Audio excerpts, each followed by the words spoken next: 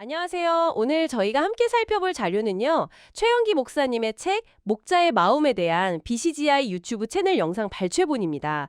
이게 부제가 예수가 남긴 바로 그 교회를 만들어가는 목회 멘토링 뭐 이렇게 되어 있는데 2020년에 나온 책이고 꽤 두껍더라고요.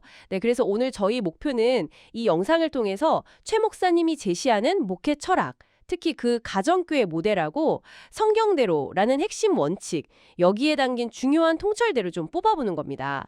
혹시 지금 교회나 공동체 아니면 개인적인 신앙 성장에 대해 고민하고 계시다면 오늘 이야기가 꽤 흥미로우실 거예요. 자, 한번 깊이 들어가 볼까요? 이 책과 사역 전체를 딱 관통하는 가장 중요한 원칙이 바로 성경대로라고 하는데요. 왜 이렇게 성경으로 돌아가는 걸 강조하는 걸까요? 영상 자료에 따르면 역사 속에서 교회가 생명력을 잃는 이유 중 하나가 성경 그 자체보다는 신학이나 전통, 어떤 시스템 이런 걸 더 붙들었기 때문이라고 지적하더라고요.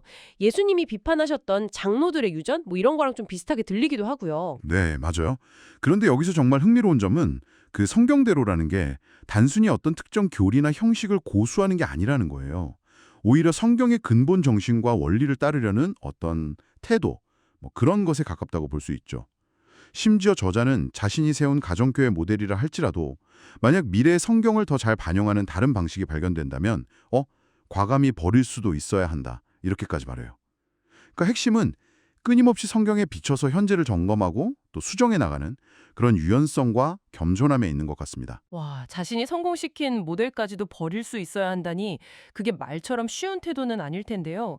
그럼 이 성경대로 원칙을 실제 목회 현장에 적용한 대표적인 예가 아까 말씀하신 그 휴스턴 서울교회 가정교회 모델인 거죠? 네, 맞습니다. 전통적인 구역 조직을 소그룹 중심의 가정교회로 바꾸면서 특히 불신자 전도에 초점을 맞췄더니 교회가 크게 성장했다. 이 점을 영상에 강조하고 있어요. 처음에는 가정교회가 23개였다고 하는데요. 은퇴하실 때쯤엔 180여 개로 늘어났다고 하고요. 교인 수도 수백 명 수준에서 수천 명으로 증가했다는 결과가 상당히 인상적이더라고요. 그렇게 크게 성장할 수 있었던 비결이 뭘까요?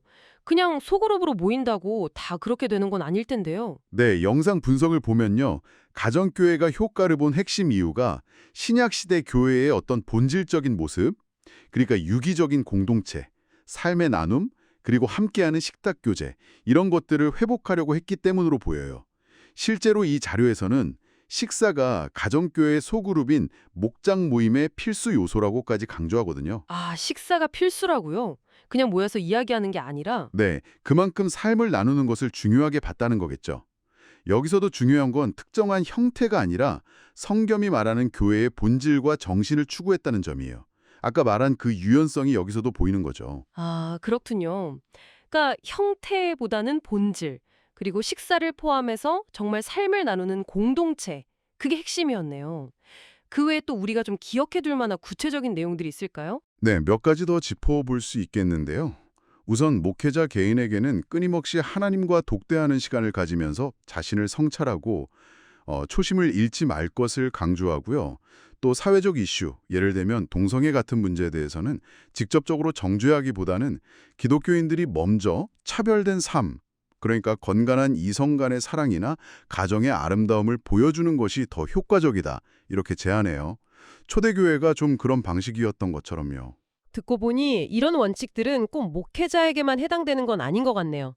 공동체나 뭐 개인의 신앙을 고민하는 분들께도 적용될 수 있는 이야기 같은데요. 바로 그 점입니다. 결국 핵심은 눈에 보이는 어떤 지표, 예를 들어 교인 수가 몇 명이냐, 이런 것보다는 영적인 열매에 집중해야 한다는 거죠. 영혼 구원이라든지 삶의 변화, 또 공동체 안에서의 기쁨, 이런 것들이요. 그리고 소명에 대한 관점도 좀 흥미로웠어요. 소명이란 게 어느 날 갑자기 하늘에서 뚝 떨어지는 게 아니라 지금 현재 나에게 주어진 일에 충실할 때 비로소 발견하게 된다는 그런 시각이더라고요. 네, 오늘 최영기 목사의 목자의 마음 관련 자료를 통해서 성경대로라는 원칙 아래서 교회의 본질을 회복하고 또 실제적인 열매를 추구하려는 그런 목회 철학을 좀 엿볼 수 있었습니다. 핵심은 역시 형식이나 전통에 얽매이기보다는 끊임없이 성경에 비추어서 본질을 찾으려는 태도, 이게 아닌가 싶네요. 맞습니다. 자, 마지막으로 여러분께 생각해 볼 질문 하나를 던지면서 마무리하고 싶은데요.